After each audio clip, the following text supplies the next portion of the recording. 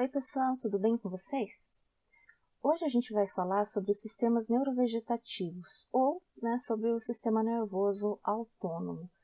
Essa divisão do sistema nervoso é responsável, como o nome sugere, por diversas coisas que acontecem no nosso corpo, sobre as quais nós não temos um controle direto, tá?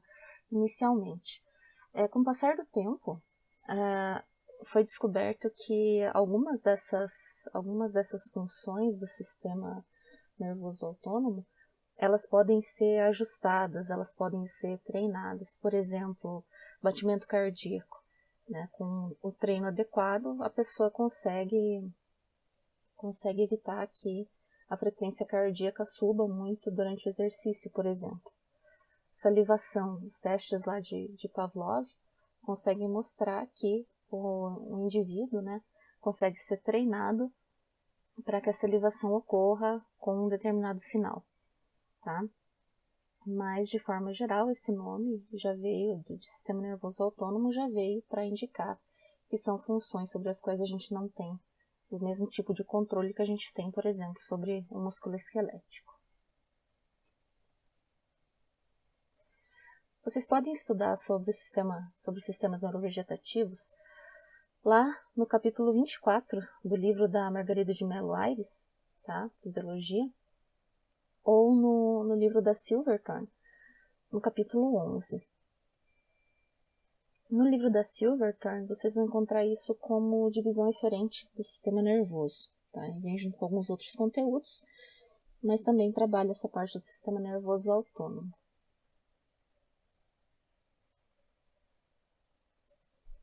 Quando a gente pensa em divisão eferente do sistema nervoso, essa divisão eferente ela vai incluir tanto os neurônios motores somáticos, então os neurônios responsáveis pela questão toda de movimento no músculo esquelético, e esses neurônios eles são responsáveis por organizar e por gerar os movimentos que são normalmente voluntários. Tá? Isso a gente já falou lá na parte de músculo. Por outro lado, a gente tem uma série de neurônios autonômicos, e esses neurônios autonômicos são responsáveis por inervar músculos que têm um controle involuntário, por exemplo, o músculo cardíaco, toda a musculatura lisa, glândulas, uma parte do tecido adiposo. E esses neurônios do sistema nervoso autônomo, eles são responsáveis principalmente por manter a homeostase, tá? Eles são responsáveis por captar algumas informações provenientes lá de receptores somatosensoriais e viscerais e gerar uma resposta adequada. No caso dessas respostas involuntárias do sistema nervoso autônomo, são responsáveis por organizar e realizar essa resposta a ponte, o bulbo e o hipotálamo. Lembrando que o hipotálamo e a hipófise lá são muito importantes também na resposta endócrina, e a resposta autonômica também pode ter um componente endócrino. Quando a gente pensa nas funções superiores lá de emoção, a parte comportamental, já envolve mais o córtex, o sistema límbico, tá? O sistema nervoso autônomo é dividido no sistema simpático e parasimpático. E de forma geral, a maior parte dos órgãos sofre um controle antagonista dessas duas subdivisões. Então, uma divisão ela é excitatória e a outra é inibitória. Isso fica muito claro se vocês olharem ali para a figura, nos efeitos que cada uma dessas subdivisões exerce sobre diferentes partes do corpo. Então, o primeiro item lá, o sistema nervoso parasimpático é responsável pela constrição da pupila. O sistema nervoso simpático, pela dilatação. Parasimpático aumenta a produção de saliva. Simpático inibe a produção de saliva. E assim a gente segue, tá? Isso por causa desse controle antagonista. De forma geral, a gente diz que o sistema nervoso simpático é responsável por ações relacionadas com luta ou fuga. Então, situações de muito estresse, que exigem bastante ali do corpo. Por isso, dilatação da pupila, pensando em melhorar a questão da visão, inibição da produção de saliva, porque quando você está lutando pela sua vida, você não precisa estar salivando, né? Isso está relacionado com alimentação. Dilatação dos brônquios, aumento da frequência cardíaca, né? Para aumentar a circulação, para que você possa fazer um uso maior da sua musculatura. Inibe a atividade dos órgãos digestivos, né, para você não ficar focando na digestão quando você está em uma situação de luta ou fuga, e por aí vai. E, por outro lado, o sistema parasimpático, ele é responsável por situações de alimentação, relaxamento, né, ou seja, situação oposta à situação de luta ou fuga, que normalmente ativa o sistema nervoso simpático. Então, constrição de pupila, aumento de produção de saliva, diminuição do ritmo cardíaco e assim, e por aí vai. Tá? Toda a parte de digestão vai ser ativada. Porém, essa visão do sistema nervoso simpático parasimpático, ela acaba sendo um pouco simplista. Tá? Então, existem algumas funções aí que o sistema nervoso simpático parasimpático acabam colaborando muito para que possam ser realizadas. Tá? Então, não seria correto dizer que tudo que é para ativação é o sistema nervoso simpático e desativação é o sistema nervoso parasimpático, certo? E, embora a maior parte dos órgãos acabe sofrendo esse controle antagonista, existem algumas exceções, por exemplo, as glândulas sudoríferas, tá? E o músculo liso dos vasos sanguíneos, que vão sofrer um controle tônico. Esse controle tônico significa que, por exemplo, vamos pegar os vasos sanguíneos. Você não vai ter uma inervação que faz eles dilatarem e uma inervação que faz eles se contraírem. Você vai ter o controle tônico, que é o neurônio fica mandando sinais, e quanto maior a frequência desses sinais, maior vai ser a contração, né, desse músculo liso, certo? No caso do sistema nervoso autônomo, os neurônios têm uma grande divergência. O que é essa divergência? De um neurônio que eu tenho pré-ganglionar, que é o neurônio que vai existir ali antes do gânglio autônomo, podem sair até 32 neurônios pós-ganglionares. Tá? Então, isso é chamado de divergência. A gente vai observar, quando a gente vai falando de outros conteúdos, o efeito oposto, né, de convergência. Mas, quando a gente chegar lá, nós falamos sobre isso. Aqui vocês podem ver uma tabela feita com base na tabela que existe lá no capítulo 24 do livro da Margarida de Melo Aires, colocando alguns efeitos aí do sistema nervoso simpático e parasimpático. Então, se vocês observarem, né, vocês vão ver aquilo que a gente falou agora há pouco, que eles, via de regra, têm controle antagonista. Na parte ali de artérias e veias, vocês veem que não é mostrado o efeito do sistema nervoso parasimpático por causa da questão do controle tônico. As vias autonômicas, elas vão consistir em 2 neurônios que vão fazer sinapse numa região chamada de gânglio autonômico. Então, nós vamos chamar esses 2 neurônios de neurônio pré-ganglionar, ou seja, o neurônio que vem antes do gânglio, e o neurônio pós-ganglionar, que é o neurônio que vem depois do gânglio, certo?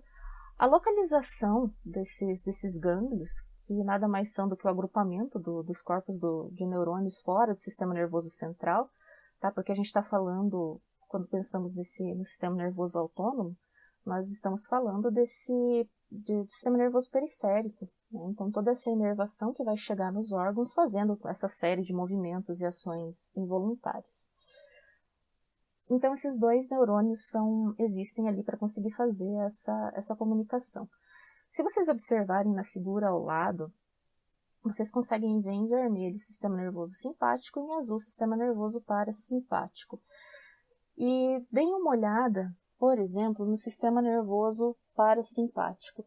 Vocês vão ver que o local onde o gânglio está localizado, ou seja, o local onde o neurônio pré-ganglionar se encontra com o neurônio pós-ganglionar, está localizado, via de regra, o neurônio pós-ganglionar ele é bem mais curto do que quando a gente observa o sistema nervoso simpático. Tá? Então, tem alguns órgãos ali, por exemplo, lá nos rins, né, que se vocês olharem o neurônio pós-ganglionar, ele é minúsculo, o gânglio está localizado lá no finzinho, tá?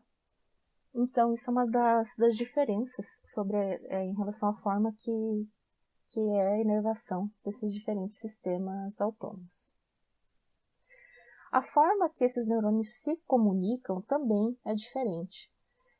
Então, no caso das vias simpáticas, o neurônio pré-ganglionar vai se comunicar com o neurônio pós-ganglionar através da liberação de acetilcolina.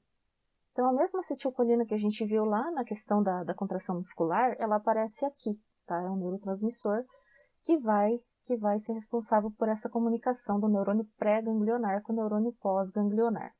O receptor do neurônio pós-ganglionar que vai receber essa acetilcolina é um receptor nicotínico. Então, vocês lembram que a gente já falou desses receptores que existem os nicotínicos, os muscarínicos, e esse nome é derivado da afinidade, né, que esse receptor tem pela nicotina e pela muscarina. A gente já falou sobre isso em outra aula.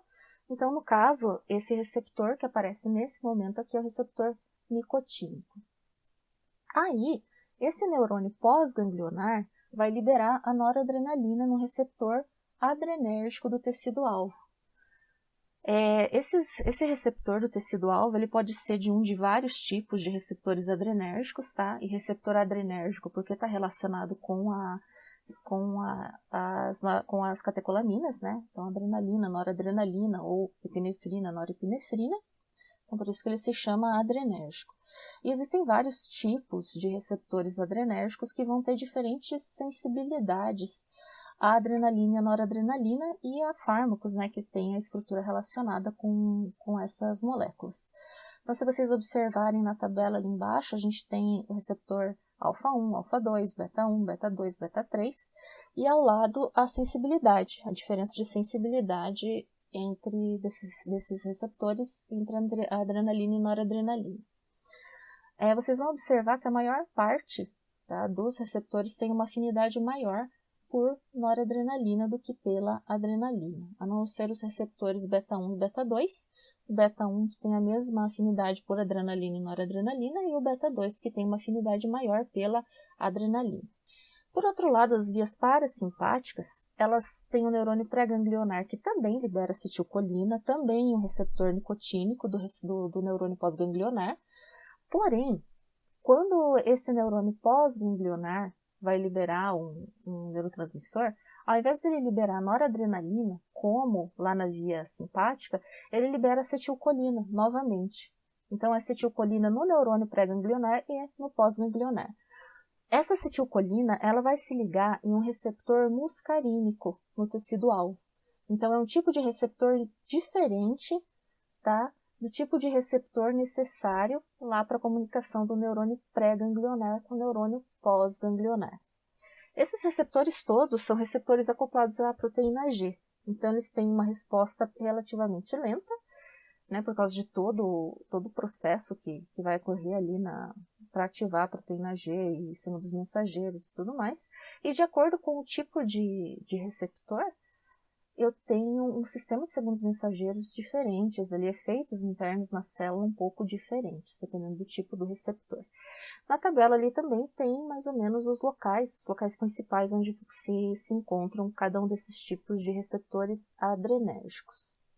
Porém, a adrenalina, ela não é produzida somente como um neurotransmissor aí no sistema nervoso simpático. Tanto a adrenalina quanto a noradrenalina, elas podem ser secretadas também lá da medula da suprarrenal. E é um caso bem interessante porque a gente tem um neurônio pré-ganglionar, tá, que vai inervar ali a medula da suprarrenal. E a medula da suprarrenal vai ter uma série de células, chamadas de célula de Chromafim, que nada mais são do que um neurônio pós-ganglionar modificado. Então, são células, né, que derivam do tecido do sistema nervoso. Então, de certa forma, você tem aquela região ali tendo o papel mais ou menos de um gânglio. E daí, essas células elas conseguem liberar adrenalina no sangue, em sinais, quando existe um sinal de alarme, né? E daí essa adrenalina cai na corrente sanguínea e também vai ter um efeito aí sobre uma série de órgãos. Então, a resposta ao estresse, né, situações muito estressantes, sustos, enfim, ela não depende só ali daquele sistema do neurônio pré-ganglionar, pós-ganglionar que a gente viu antes, mas também dessa adrenalina liberada na corrente sanguínea.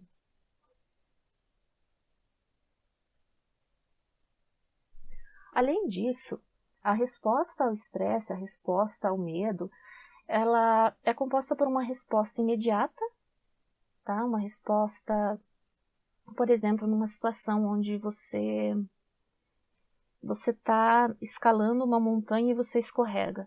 Aquele susto inicial, ele é um tipo de resposta. Uma outra coisa é, por exemplo, quando você, antes de escalar a montanha, você está com medo, você está tenso, você está ansioso. Então, isso é uma resposta de estresse, mas uma resposta diferente. Paramos por aqui hoje e continuamos na próxima aula. Se cuidem e até logo.